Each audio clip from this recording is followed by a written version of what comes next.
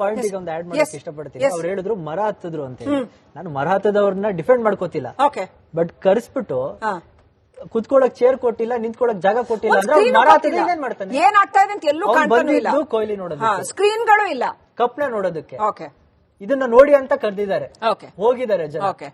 ಕರೆಸ್ಬಿಟ್ಟು ನಿಂತ್ಕೊಳ್ಳಕ್ಕೆ ಜಾಗ ಕೊಟ್ಟಿಲ್ಲ ಅಂದ್ರೆ ಮರ ಹತ್ತದ ಏನೇನ್ ಮಾಡ್ತಾನೆ?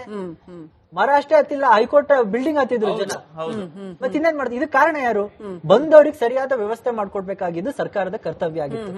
ಇನ್ನೊಂದು ಕ್ಲಾರಿಟಿನೇ ಇಲ್ಲ, ಯಾರಿಗೂ ಕ್ಲಾರಿಟಿ ಇಲ್ಲ. ಹೋಗಿ ನಿಂತ ತಕ್ಷಣ ಇಂಥ ಸಂಪತ್ತಿಗೆ ನಾನ್ ಯಾಕೆ ಬಂದೆ ಇಲ್ಲಿಗೆ ಅಂತ ನನಗೆ ಅನಿಸ್ತು. ಮನೇಲಿ ಕೂತ್ಕೊಂಡು ನೋಡ್ಬೋದಿತ್ತು ಮೀಡಿಯಾದಲ್ಲಿ ಅಂತ ಅನಿಸ್ತು. ಬಟ್ ವಾಟ್ ಎವರ್, ಹತ್ರದಿಂದ ನೋಡೋದು ಅನ್ನೋದು ಆ ಫೀಲೇ ಬೇರೆ, ಅದಕ್ಕೋಸ್ಕರನೇ ಹೋಗಿದ್ದಷ್ಟೇ. ಇನ್ನೊಂದು ಯಾರಿಗೂ ಕ್ಲಾರಿಟಿ ಇರ್ಲಿಲ್ಲ ಮೇಡಮ್. ವಿಧಾನಸೌಧದಲ್ಲಿ ಕಾರ್ಯಕ್ರಮ ನಡೆಯುತ್ತಾ, ನಮ್ಗೆ ಅವಕಾಶ ಇದೆಯಾ? ಕ್ಲಾರಿಟಿ ಇಲ್ಲ. ಚಿನ್ನಸ್ವಾಮಿ ಸ್ಟೇಡಿಯಂ ನಲ್ಲಿ ನಮ್ಗೆ ಅವಕಾಶ ಇದೆಯಾ? ಅಲ್ಲಿ ಫ್ರೀ ಇದೆಯಾ? ಟಿಕೆಟ್ ಇದೆಯಾ? ಯಾರಿಗೂ ಕ್ಲಾರಿಟಿ ಇಲ್ಲ. ನಂಗೆ ಇನ್ನೊಂದು ಈ ಟೈಮಲ್ಲಿ ನನ್ಗೆ ಏನ್ ಅನ್ಸುತ್ತೆ ಅಂದ್ರೆ, ನಿಜವಾಗ್ಲೂ ಈ ಕರ್ನಾಟಕ ಕ್ರಿಕೆಟ್ ಸ್ಟೇಟ್ ಅಸೋಸಿಯೇಷನ್ ಏನಿದೆಯಲ್ಲ, ಅದು ಸರ್ಕಾರದ ಕಂಟ್ರೋಲ್ ಅಲ್ಲಿ ಇದೆಯಾ? RCB ಮ್ಯಾನೇಜ್ಮೆಂಟ್ ಸರ್ಕಾರದ ಕಂಟ್ರೋಲ್ ಅಲ್ಲಿ ಇದೆಯಾ? ಯುದ್ಧ ಆದ್ಮೇಲೆ ಸೈನಿಕರೇ ಬಂದು ಪ್ರೆಸ್ ಬ್ರೀಫಿಂಗ್ ಮಾಡ್ತಾರೆ. ಕರೆಕ್ಟ್. ಇವ್ರಿಗೆ ಪದ್ಧತಿನೇ ಇಲ್ವಾ? ಯುದ್ಧ ಕಾಲ ಶಸ್ತ್ರಾಭ್ಯಾಸ ಅಂತಾರಲ್ಲ, ಆ ತರ ಇದು. ಮತ್ತೆ ಲಾಸ್ಟ್ ಮೊಮೆಂಟ್ಗೂ ಇವ್ರು ಚೇಂಜ್ ಮಾಡ್ತಾರೆ ವಿಚಾರಗಳನ್ನ, ಚೇಂಜ್ ಮಾಡ್ತಾರೆ. ಉಮೇಶ್ ಅವರೇ, ಯಾರಿಗೂ ಯಾವ್ದೇ ಮಾಹಿತಿ ಇಲ್ಲ ಪಾಪ, ನಿಮ್ಮಂತ ಮುಗ್ದ್ರು ಯಾರೋ ಅಲ್ಲಿ ನೋಡಕ್ ಸುಮ್ನೆ ಒಂದ್ ನೋಡೋಣ ಖುಷಿಗೆ ಅಂತ ಹೋದವ್ರು ಜೀವ ಕಳ್ಕೊಳ್ಳೋ ಪರಿಸ್ಥಿತಿ. ನಾವು ಹೋಗಿದೆ ಅದಕ್ಕೇನೆ, ಜಸ್ಟ್ ನೋಡ್ಕೊಂಡ್ ಬಂದ್ಬಿಡೋಣ, ಯಾಕಂದ್ರೆ ಹೊರಗಡೆ ಬಿಡ್ತಾ ಇಲ್ಲ. ಹೊರಗಡೆ ನೋಡ್ಕೊಂಡ್ ಬಂದ್ ಮೇಡಮ್, ಇನ್ನೂ ಸಾವು ಜಾಸ್ತಿ ಆಗಿರೋದು ಮೇಡಮ್. ಹೆಂಗಂತ ಹೇಳ್ತೀನಿ ಕೇಳಿ. ಈ ಕಡೆ ಈ ಗೇಟ್ ಹಿಂಗ್ ಓಪನ್ ಆಗ್ಬಿಟ್ಟಿದ್ರೆ ಆಲ್ಮೋಸ್ಟ್ ಇಷ್ಟು ಜನ ಆಯ್ತಾ ಇರಲಿಲ್ಲ ಅನ್ಸುತ್ತೆ, ಸಾಯ್ತಾನೆ ಇರಲಿಲ್ಲ ಮೇಡಮ್. ಆ ಚಿಕ್ಕ ಗೇಟ್ ಅಲ್ಲಿ ಎಷ್ಟು ಜನ ಅಂತ ಬಿಡ್ತಾರೆ ಮೇಡಮ್. ನೂಕಿ ಏನಾಯ್ತು ನನ್ ಕಣ್ಣು ಮುಂದೆನೆ ಮೇಡಮ್. ಅದು ಚಂದ್ರ ಅವ್ರ ಹೆಸರಿನ ಬರುತ್ತಲ್ಲ ಮೇಡಮ್, ಮೇಡಮ್ ಅವನ ಮೇಲೆ 4-5 ಜನ ಬಿದ್ದಿದ್ದಾರೆ ಮೇಡಮ್. 4-5 ಜನ ಅವ್ನ ಕೆಳಗಡೆ ಇರೋದು ವಿಷಯ ನಮ್ಗೆ ಗೊತ್ತಿರ್ಲಿಲ್ಲ. ಆದ್ಮೇಲೆ ಒಂದ್ ಹುಡುಗಿ, ಒಂದು ಮೂಕ್ ಅದೇ ಕಟ್ಟಾಗಿತ್ತಲ್ಲ, ಮೂಕ್ ಕಟ್ಟಾಗಿರೋದು ಮತ್ತೆ ವಾಲೆ ಕಟ್ಟಾಗಿರೋ ಹುಡುಗಿನ ಮಾತ್ರ ಎಳಿತಾ ಇದೀವಿ ನಾವು, ಆದಷ್ಟು ಎಳಿತಾನೆ ಇದೀವಿ. ಅವನು ಅದು ಎಳ್ದಿ ಮತ್ತೆ ಇನ್ನೊಂದ್ ಕೆಳಗಡೆ ಒಂದು ಚಿಕ್ಕ ಹುಡುಗ ಮೇಡಮ್, ಅಂಕಲ್ ಅಂತಂದ ಮೇಡಮ್. ಅದು ನಾವು ಎದುರುಗಡೆ ಹೇಳ್ಬಾರ್ದು, ನೋಡೋಕು ಆಯ್ತಲ್ಲ, ಅಷ್ಟೊಂದು ಹಿಂಸೆ ಆಗಿದೆ. ಅದು ಇನ್ನೂ 4 ಜನ ಮಕ್ಕಳನ್ನ ಯಾಕೆ ಕರ್ಕೊಂಡ್ ಬಂದಿದ್ರಪ್ಪ ಮೇಡಮ್? ಯಾರಿಗೂ ಗೆಸಿಲ್ಲ ಮೇಡಮ್, ಇಷ್ಟು ಜನ ಸೇರ್ತಾರ ಅನ್ನೋದು ಮೈಂಡ್ ಅಲ್ಲಿ ಯಾರಿಗೂ ಇರಲಿಲ್ಲ. ಅಲ್ರಿ, ಈಗಾಗಲೇ ಹೇಳ್ದ ವಿರಾಟ್ ಕೊಹ್ಲಿ ತನ್ನ ಮಗನ್ ಮುಖನೂ ಜನಕ್ಕೆ ಇನ್ನೂ ತೋರಿಸಿಲ್ಲ, ಇವ್ರು ಮಕ್ಳನ್ನ ಕರ್ಕೊಂಡೋಗ ಸಹಾಯ ಅಂತ ಪರಿಸ್ಥಿತಿ. RCB ಫ್ಯಾನು ಇಷ್ಟು ಹುಚ್ಚ ಅತಿರೇಕಕ್ಕೆ ಹೋಗಬಾರ್ದಾಗಿತ್ತು.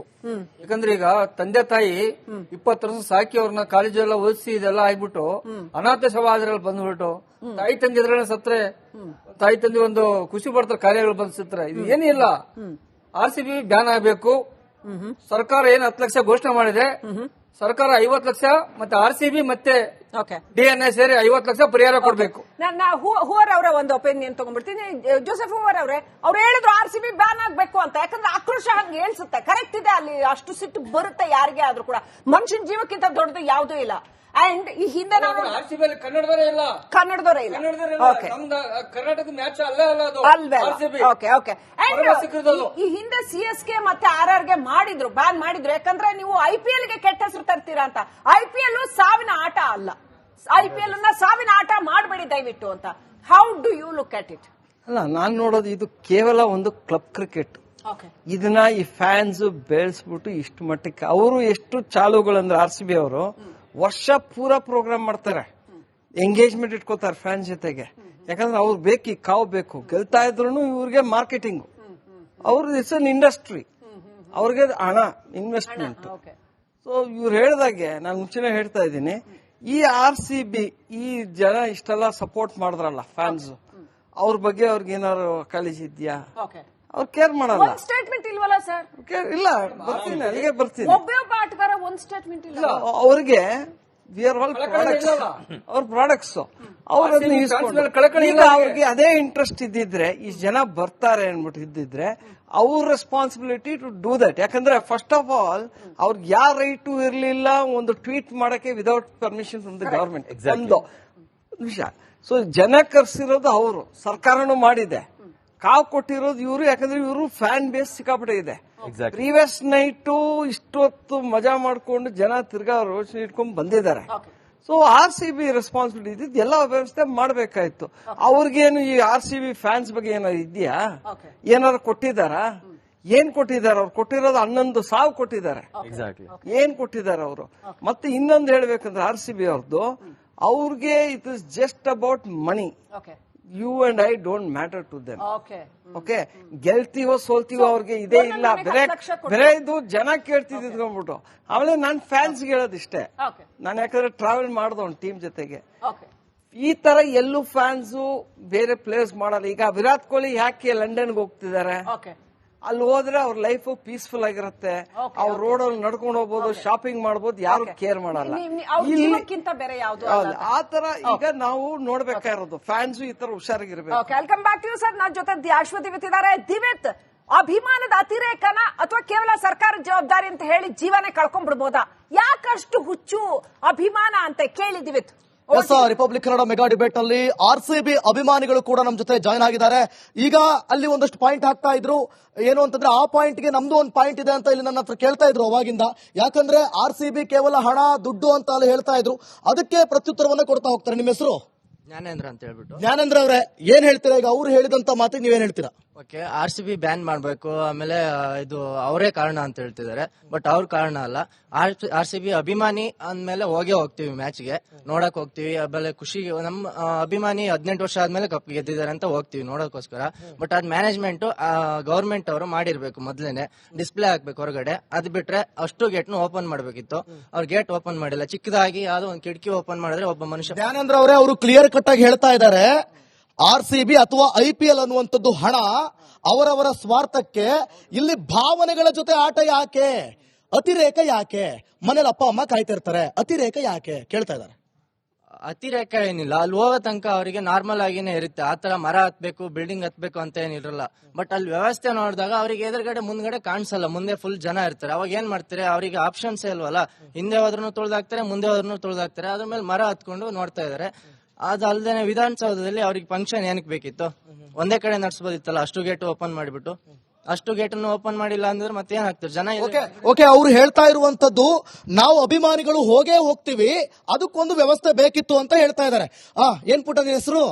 ಪ್ರಣವ್ ಅಂತ. ಪ್ರಣವ್, RCB ಗೆದ್ದಿದ್ದು ಖುಷಿ ಆಯ್ತಾ? ಸಖತ್ ಖುಷಿ ಆಯ್ತು. ಸಖತ್ ಖುಷಿ ಆಯ್ತು. ಸೆಲೆಬ್ರೇಷನ್ ಜೋರಾಗಿ ಮಾಡಿದ್ಯಾ? ಮಾಡಿದ್ವಿ. ಎಷ್ಟೊತ್ತು ತನಕ ಸೆಲೆಬ್ರೇಷನ್ ಮಾಡಿದ್ರಿ ನೀವು? ಅರೌಂಡ್ 4:30. ಅಂದ್ರೆ ಬೆಳಗಿನ ಜಾವ 4:30 ವರೆಗೂ. ನಿಮ್ಗೆ ಎಷ್ಟು ಏಜ್ ಪುಟ್ಟ? ನಿಂಗೆ 14. 14 ವರ್ಷ. 18 ವರ್ಷದ ಕನಸು. ಆದ್ರೆ ಈ ಹುಡುಗನಿಗೆ ಇನ್ನೂ 14 ವರ್ಷ. ಯಾಕೆ RCB ಅಂದ್ರೆ ಇಷ್ಟ? RCB ಅಂದ್ರೆ ಇಷ್ಟ ಅಲ್ಲ, ಅದೊಂದು ಎಷ್ಟು ವರ್ಷದಿಂದ ಕಾಯ್ತಾ ಇದೀವಿ ಆ ಟೀಮ್ ಗೆಲ್ಬೇಕು ಅಂತ.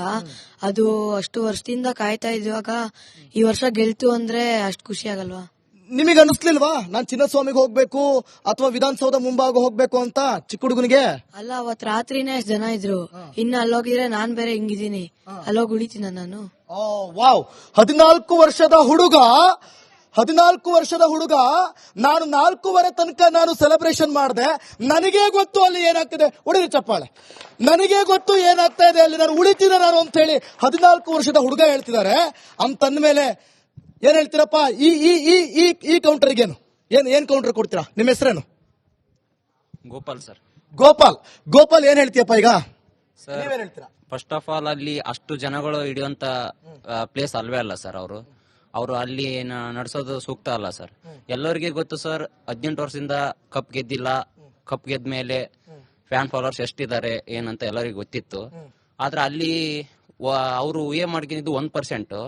ಅದ್ರ 3ರಷ್ಟು ಜನ ಕಲ್ತಿದೆ. ಅದಕ್ಕಿಂತ ಮೊದಲು ಇವರು ಯೋಚನೆ ಮಾಡ್ಬೇಕಾಗಿತ್ತು. ಈಗ ಪೊಲೀಸರು ತಪ್ಪಂತ ಹೇಳಕ್ಕಾಗಲ್ಲ ಸರ್. ಈಗ ಸರ್ಕಾರ ಅವ್ರ ಸಲಹೆ ತಗೋಬೇಕಾಗಿತ್ತು.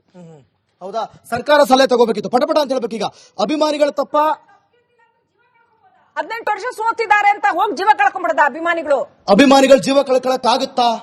ಆಗಲ್ಲ ಸರ್. ಯಾಕಂದ್ರೆ ಕರೆಕ್ಟ್ ಆಗಿ ನಡೆಸಬೇಕಾಗಿತ್ತು ಸರ್.